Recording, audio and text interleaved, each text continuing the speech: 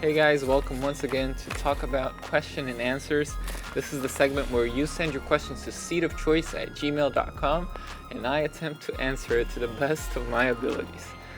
Anyways, we have today a question potpourri, several small questions, and I hope you can learn something from this. So the Deco6 writes, have you tried straw bale gardening? I was considering getting a bale or two of straw this spring and putting my strawberries and squash in it. Would love to see a video on that. You know what? I have I have thought about doing that, but several things stop me. First, I don't produce enough straw to make my own bales, so I'd have to buy them. And if I want to buy them, I'm not in a rural area, so actually the price here is rather steep. It's around $7 to $10 per bale, which for me is just not worth it. I have so much land, so much earth and good earth. I actually live close to a valley, so my soil is probably a riverbed silt, so I consider it good soil. So there's no reason why I would want to pay $7 to $10 per bale just to try an idea, and then I'll have to get manure probably because they usually use manure in it, and I would have to find clean sources of manure, clean sources of straw, so it becomes more of a hassle to me, and it seems like it's something that it's more tailored for those who live in a rural place and don't want to necessarily dig. So yeah, good idea. There are some people who've done it and I've seen great results. The concept is nice, it just is not feasible for me. Brenda Ferris writes, how do you organically get rid of squash borers, cucumber beetles, and stink bugs? You know what? I wish I knew those questions, actually. I know that, and especially cucumber beetles, because I've been trying to find that answer. Now, of course, you could use neem oil. That's a recipe that I've seen being used by organic gardeners everywhere. And it's a safe pesticide, natural pesticide coming from the neem tree of India, and it doesn't cause any harmful effects to other species other than insects. However, I try to garden first. I guess I'm a lazy gardener. I don't want to spray. I don't want to do anything other than just plant and then maybe water. Not really. Mulch. I'll mulch. That's fine. But then harvest. So I don't want to be spraying. I don't want to be doing anything. So usually I let things go if I see that infestation is beyond my control, mainly because I want to learn. If I were doing this to subsist, I'll probably be more intensively doing that, but because I do it only on weekends, during the week I work, I don't have time to be tending to the garden, so I just let things be. Now, I actually made a video about cucumber beetles and how when I planted amaranth with my cucumbers, for some reason, and this could be completely coincidental because this is an anecdote, I didn't have cucumber beetles that year. And there were lots of other beetles, which at first I thought were cucumber beetles, who were eating the amaranth up to the skeleton. And they turned out to be a different type of beetle. So I don't know if there's something to that. It's something that I actually talk in the video, and I would like to ask you guys to try that. Try planting some amaranth and some cucumber close to it and see if somehow it deters. Perhaps not, or how often, or how many people do that. If I can have those kinds of statistics, that would be awesome. So do that and see about that. As far as stink bugs, of course, the Asian stink bugs, which are probably the ones you're talking about, in the United States at least, they have no predators, so they have become an invasive species here that cannot be easily controlled. But you know what? Not a big issue in my garden, so I wouldn't be able to answer that other than saying that probably neem oil also works, a neem oil spray. Same thing with squash borers. Not necessarily. Actually, I've had that in the past, but I don't plant too much squash, mainly because I don't have space. When I do, I get some squash, then I get tired of it. So even if I get infestation, I don't necessarily try to fight it too much. I've seen maybe once or twice in the past where I had um, that kind of a infestation, the squash borers, but mainly my issue is the squash bug. They kind of kill the plant, and also the Mexican beetle, and they can also give a disease, a plant disease that usually wilts the plant, the whole vine.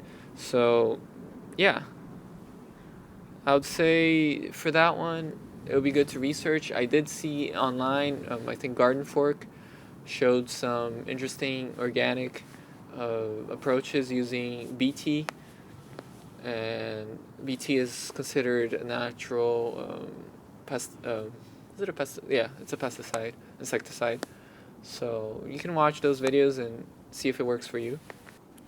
Next question comes from Ian at Lolita's Garden. He writes, I have a question. How do you land in that thin field of focus? You absolute genius.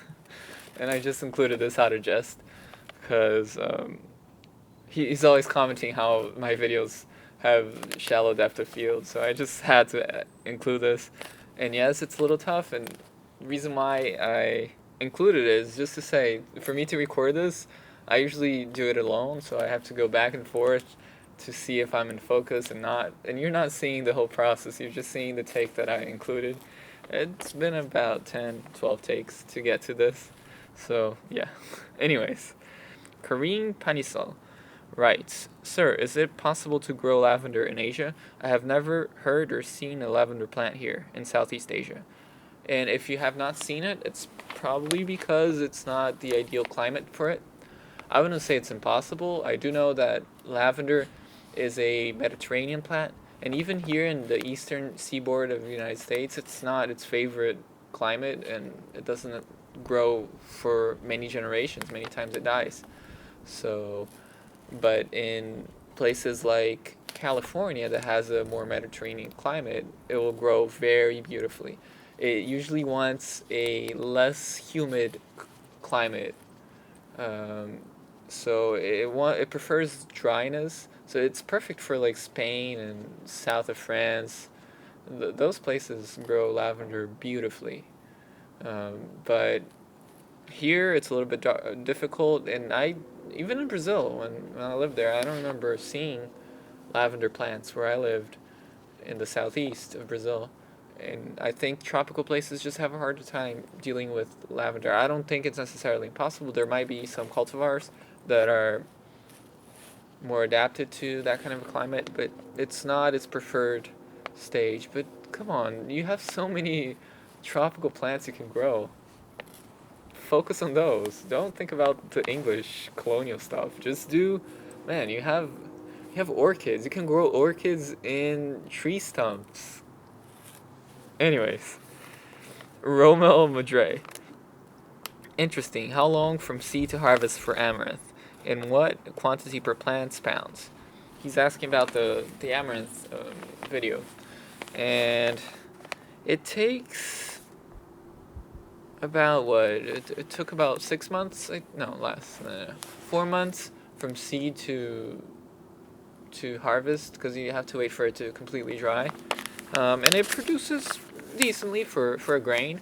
Produces about, I would say, half a pound per big plant, like those giant golden amaranths. Half a pound, quarter pound to half a pound. So it's a decent harvest. It's a little labor intensive, but I think it's worth it. Angela Shepherd writes, I'm curious, do you have pets or something? I mean, what's the purpose of the little fences? The little fences there, and I think if you've been watching all the episodes, you probably picked up on it, and I guess if I don't explain it, it seems weird for people. That has nothing to do with pets, although I'm sure that would be a great way of keeping your dogs from your plants if they keep destroying it. But the reason why I had to build those, and I hate them, but I love them because they're the only way I can actually eat what I plant, is that the groundhog that lives in the neighborhood, it just eats everything. So I've tried kind of fencing around the garden, but it always finds a hole and it gets in it. So I found that by putting small fences around everything, even if he gets into one thing, it will not get to the other. So I don't get the whole garden destroyed. Because if you know groundhogs, they have a tendency to just eat the center of the plant, the most tender part, and just leave everything else behind. So it just goes eating everything, a little bit of everything to kill everything. So it was the only way I could continue gardening and eating what I plant. It's pretty frustrating. It's one of the most frustrating things in gardening is watching a groundhog devour everything. They're kind of cute though. And lastly, Dabs Vape Lord asks, "Are you from Jordan?" And actually, no, I'm from Brazil. But the reason why I actually put this question here is I'm actually curious. I want to know from you guys, where do you guys, when you first saw me, where do you guys thought I was from? What did my genetic phenotype make you think? What lineage do you think I came from? I actually am of mixed heritage, so I like to know. It's kind of fun and interesting for myself, I suppose. So write it down in the comments. And if you liked the video, give it a thumbs up. And if you didn't, then... Alright, so if you have a question and you want me to try to answer it, send to seedofchoice@gmail.com. If you leave it in the comments, I might get to it, but if you send it to Seed of Choice, there's a greater chance I'll include it in this episode. Anyways, thanks for watching, and see you next time.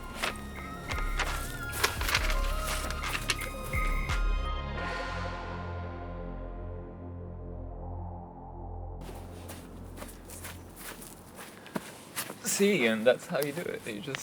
You mark your space and then... Anyways.